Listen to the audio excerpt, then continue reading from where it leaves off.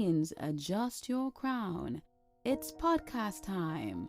Welcome back to Parables for a Woman's Heart, the space where faith meets real life, where our stories meet God's truth, and where women rise in strength, wisdom, and purpose. Today's episode is one I've been waiting for because we're stepping into a conversation that every ambitious, God-fearing woman needs to hear. Faith, ambition, and identity in the workplace.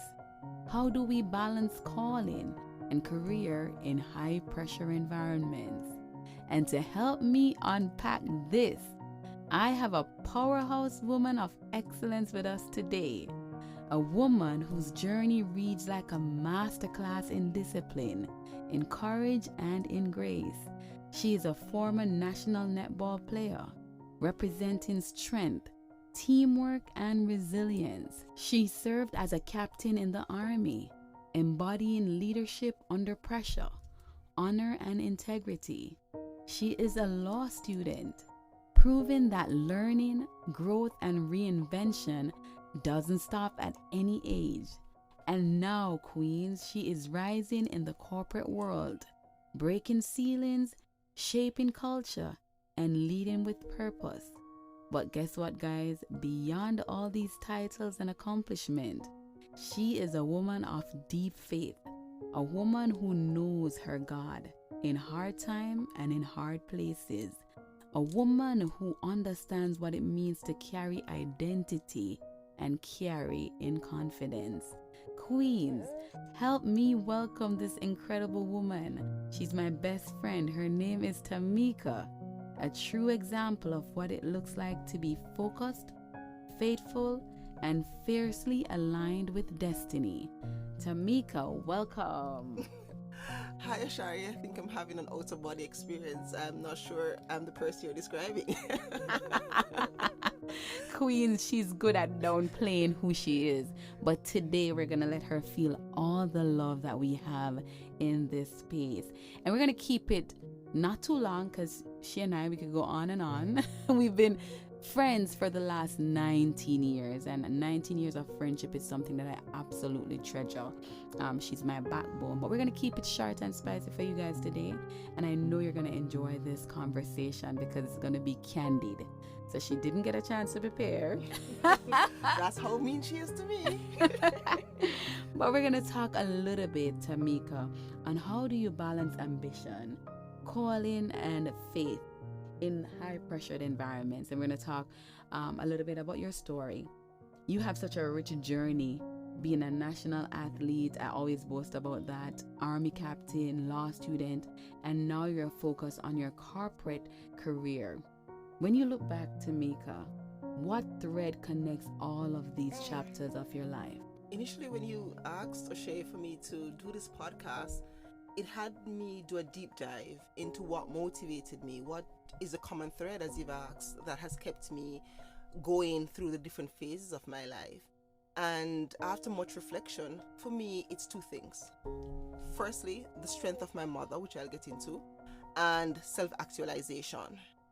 Strength of my mother in the sense that I'm from very humble beginnings, and her hard work that I saw growing up was what kept me focused in good times, bad times, and just times when things were normal. She never quit any tasks she was doing. We were never rich, but we were always clean. We were always tidy. We were always put together. We were always required to be the best of ourselves.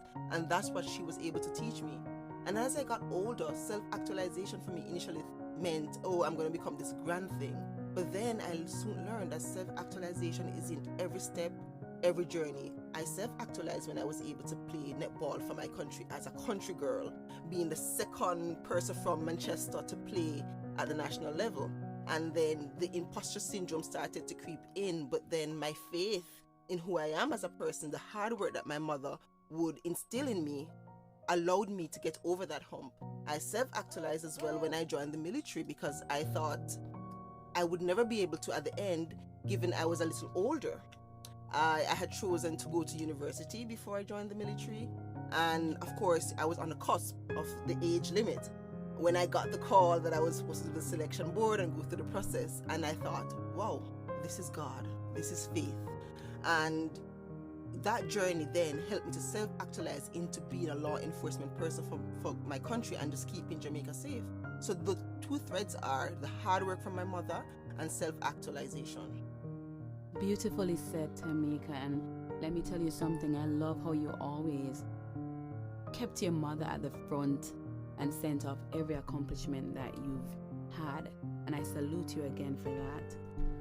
I would have a follow-up question onto that one, Tameka. Why didn't you just stop at being a national netball player or just being in the army? Why is it you keep pushing for greater? What is calling you higher? What pushes you to get there? We were born to be great. Not me, not you, all of us.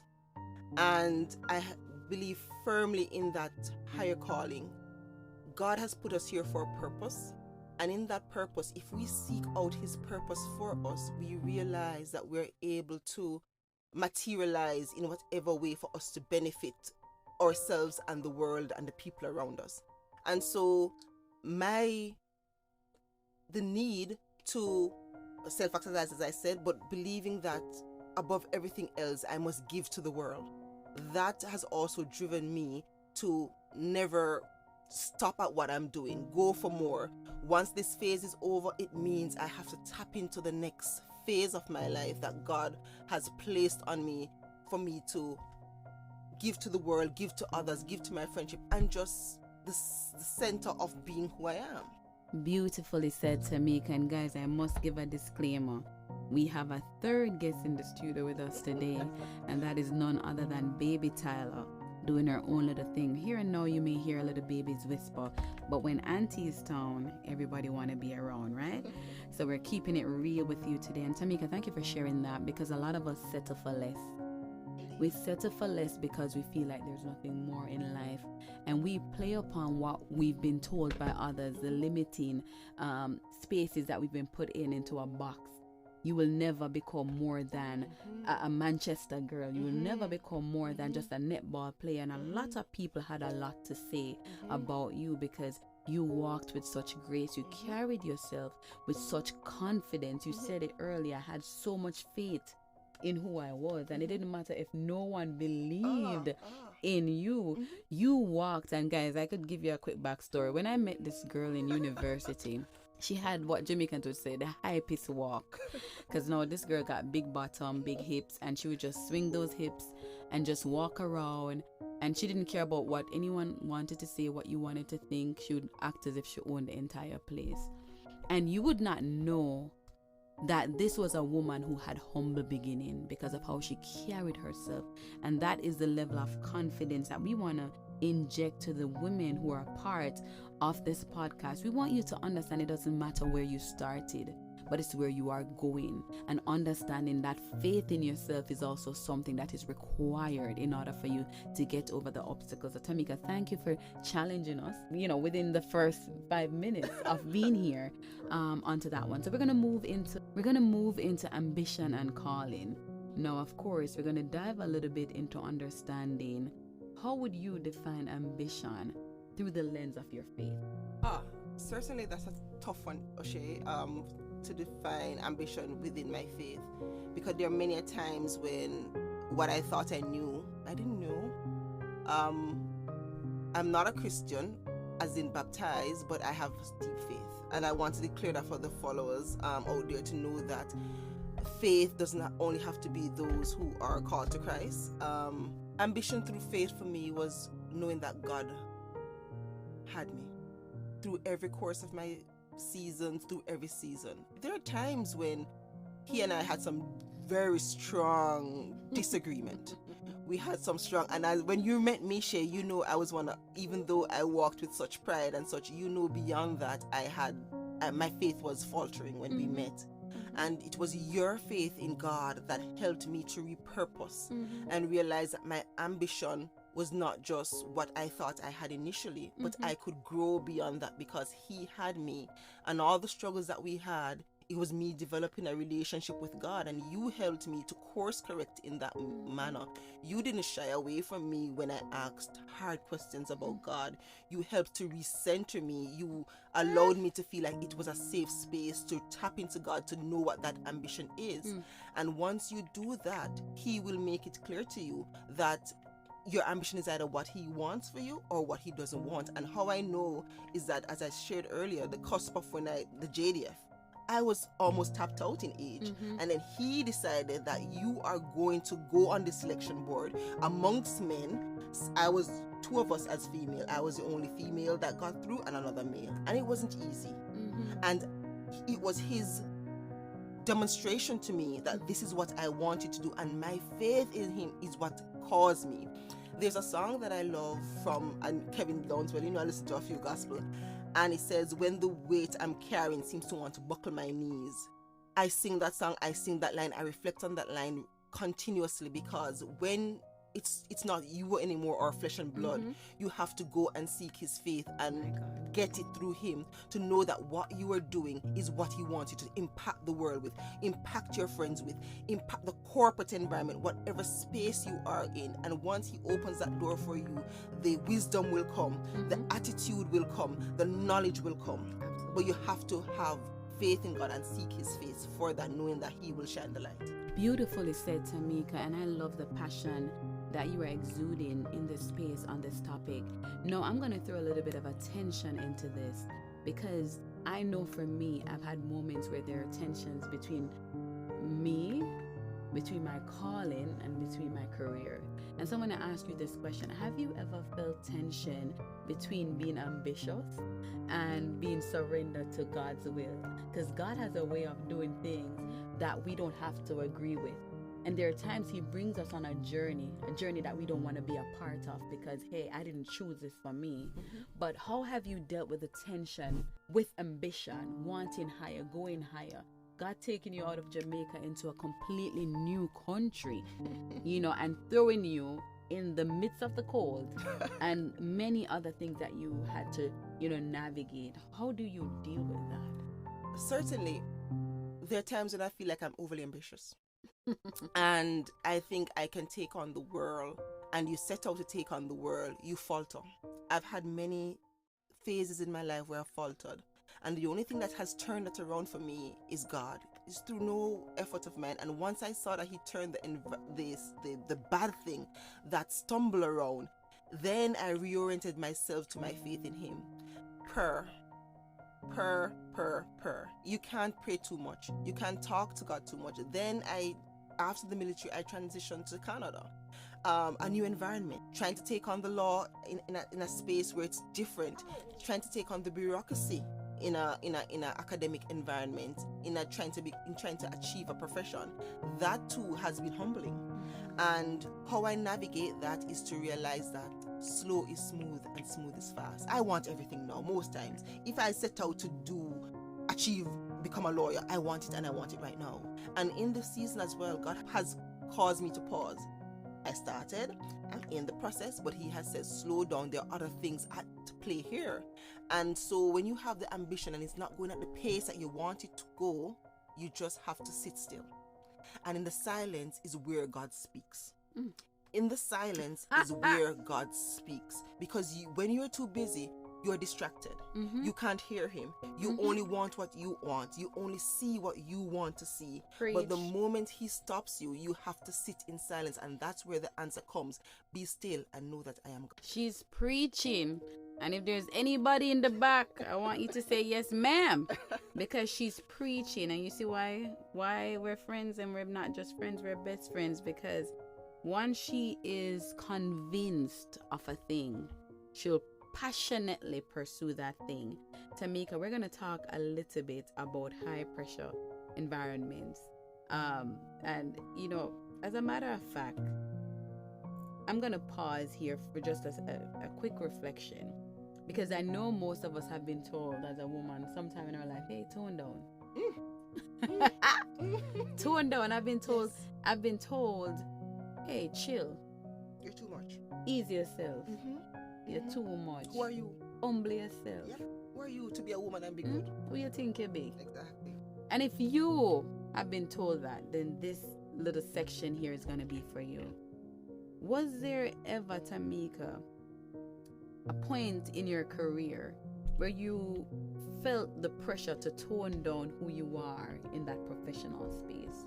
Oh my God, I could go on for ages for this, but definitely, Osharae, I am a female in a male-dominated environment when I was in the military, and I always say you have to understand the lay of the land. I knew from the onset that a female in a male-dominated space required different skill sets, and when you can't match them at what they do, so you have to understand what I call the ground in general and the ground in detail that I learned very early in my military career.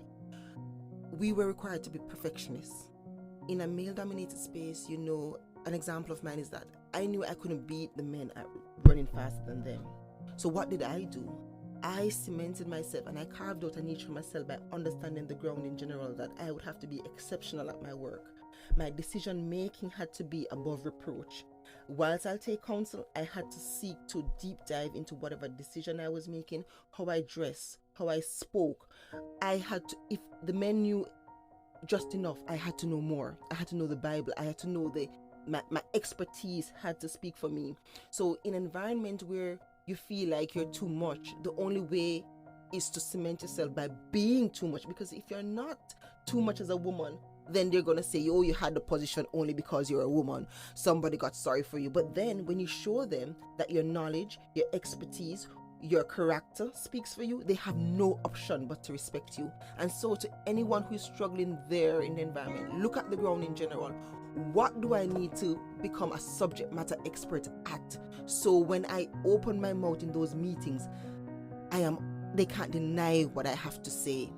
And the ground in detail is, who should I look to as a mentor to ensure that those softer skills, how to navigate the culture of the corporate environment, is also something you have to be mindful at, and they can help you with that, because the option is only to move forward. The option is only to be too much in those environments, not paying attention to what they say, because guess what?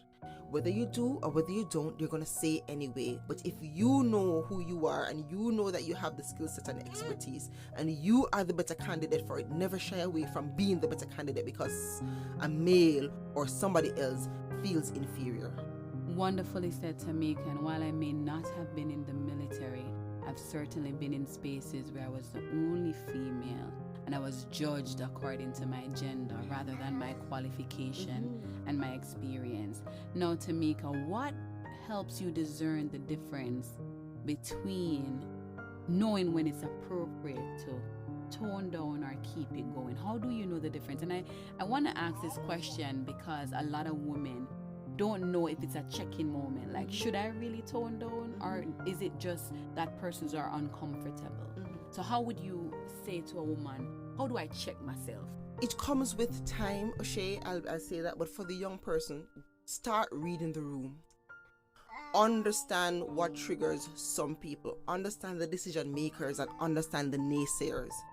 If you have just a naysayer who is always finding faults and not adding any value, that person is only there to critique you. If you have someone now who has your best interest at heart or who is knowledgeable about the subject matter, be willing to listen.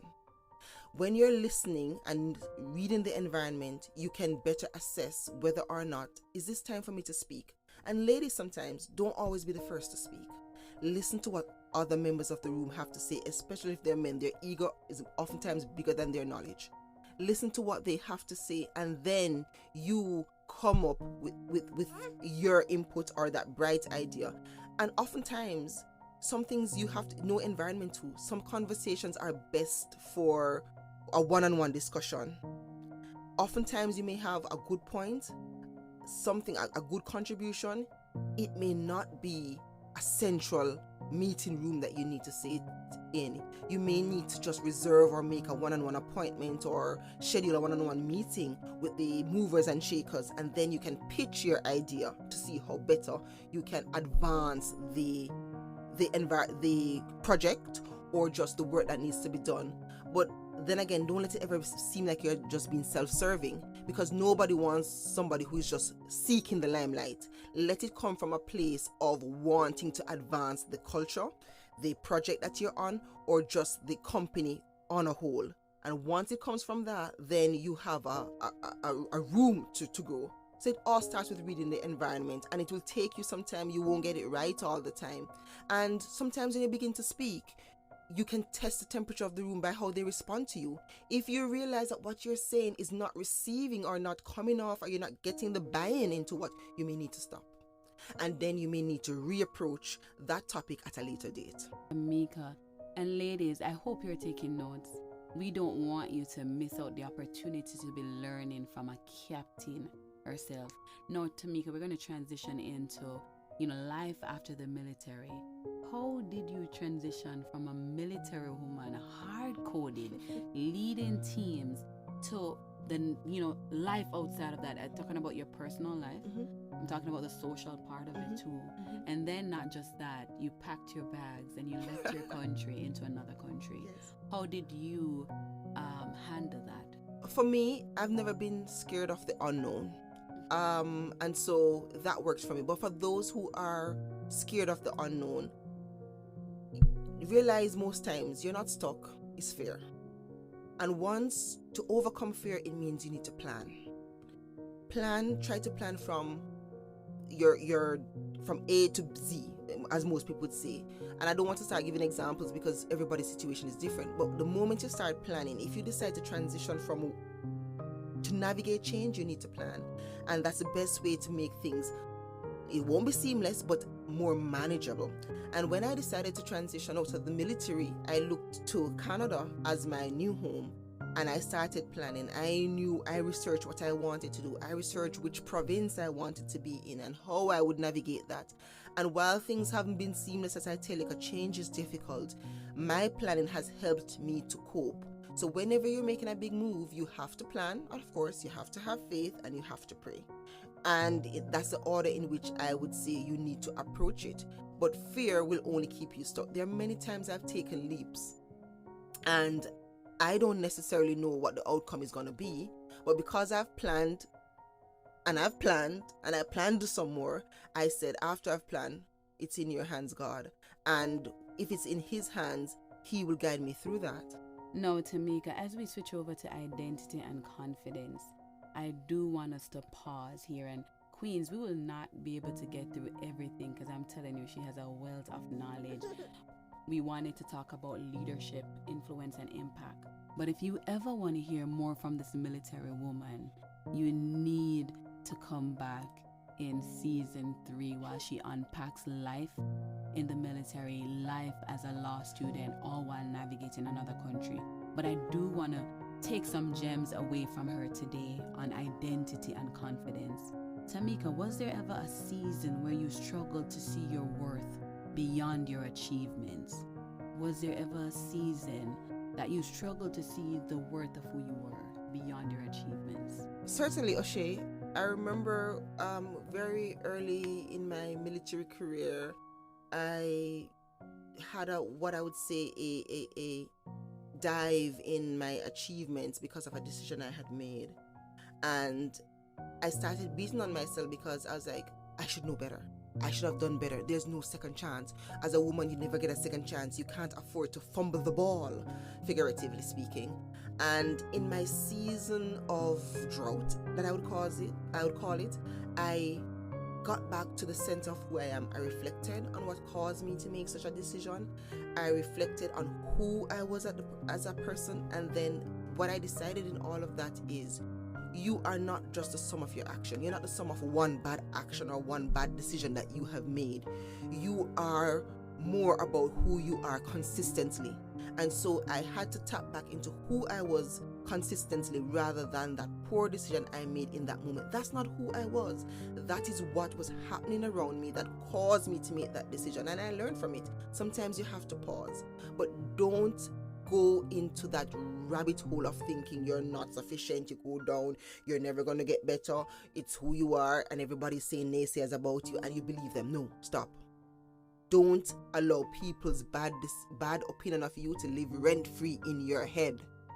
Don't allow their negativity to live rent-free in your head, because guess what?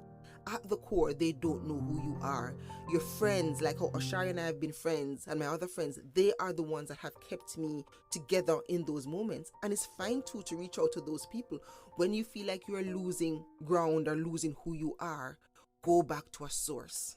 And that source is usually persons closest to you who can be that mirror for you, cause you to reflect on who you are, and then you stand back up.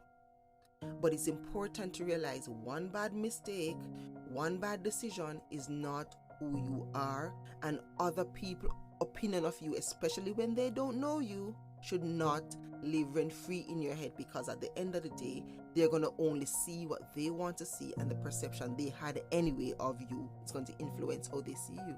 I told you guys we should just kidnap her and have her be a part of this podcast like weekly. Tameka, I do have one more question for you on identity and confidence. What does it look like to show up as your authentic self in an environment that praises perfection? Whether it's on the job, whether it's in your marriage, whether it's, wherever it is, the environment requires you to be what you're not. But how do you show up as your authentic self? It starts with loving who you are. Many people I've come across don't love who they are. They don't accept who they are. They don't like who they are. So it starts first with loving who you are. And when you love who you are and who you're becoming, you're able to give yourself grace. Not many people understand the importance of grace. None of us is born perfect. None of us who you see out there being polished in the social media and being eloquent and being nicely dressed, they had to start with loving themselves, and then they can project it to the world. And they had to start as well with grace. So I have given grace to myself, knowing that the world requires me to be perfect. But in those moments when I'm not able to quite achieve what I need to achieve, in those moments when I'm not able to quite show up how I need to show up, I know that there's always tomorrow. There are often times when I feel like I'm not getting it and I'm out of sorts. I come back to this thing: rest if you must, but don't you quit. We have to rest sometimes. There's nobody who's going to go at it 180, 360, or 365 days of the year. They go at it 100%. It does not exist. They require condom moments where you have to sit with yourself, sit with a friend, give yourself grace. And then there are times too when you realize what you have are broken tools. You have worn out tools to fix a problem. You have worn out tools to achieve an objective. And then you have to make do and do the best you can. So once you appreciate that you've shown up how you can, you planned, you prepared, you are force yourself to be in the mental space, you give yourself credit for it and move on. Don't keep looking at what in the rearview mirror of what you could have done differently, because it's gone. You can only do better the next time around. And grace is very important to you doing that the next time around, and forgiving yourself. Family, what a rich and necessary conversation we had today. Tameka, thank you for sharing your journey, for sharing the highs, the lows, the pivots, the transitions, and the courage it takes to redefine yourself after the uniform comes off. And to every listener tuning in, I hope you caught the truth woven through every part of this episode. You see, your calling, your career, and your identity are allowed to evolve. Life after the military, life after the major chapter. It is not the end of who you were. It's the beginning of who you're becoming. So if you're in a season of transition, maybe you're stepping into a new career, rebuilding your confidence, or learning to navigate life after service, I want you to hear me clearly. You are not starting over. You are starting from experience. Everything that you've learned, every discipline that you've gained, every challenge that you survived, it all becomes fuel for your next assignment. And just like Tameka reminded us today, growth is not always glamorous, but is always worth it. Your skill set will still matter. Your story, it still matters. And God still has purpose for your life beyond any one title, beyond any one rank or role. So I pray that you leave this episode feeling empowered to explore what's next, to chase the opportunities you once thought you weren't qualified for, and to trust that your future is just as meaningful as your past. Tameka, thank you for your transparency, your strength, and your willingness to guide others through what many are afraid to talk about. And to everyone listening, remember this: becoming doesn't stop because your environment changed. If anything, transition is where God does his most transformative work, in the silence, in the growth season. Until next time, keep growing, keep learning, and keep stepping boldly into the future that you deserve. This is Pastor Osh, and I'll see you in the next one.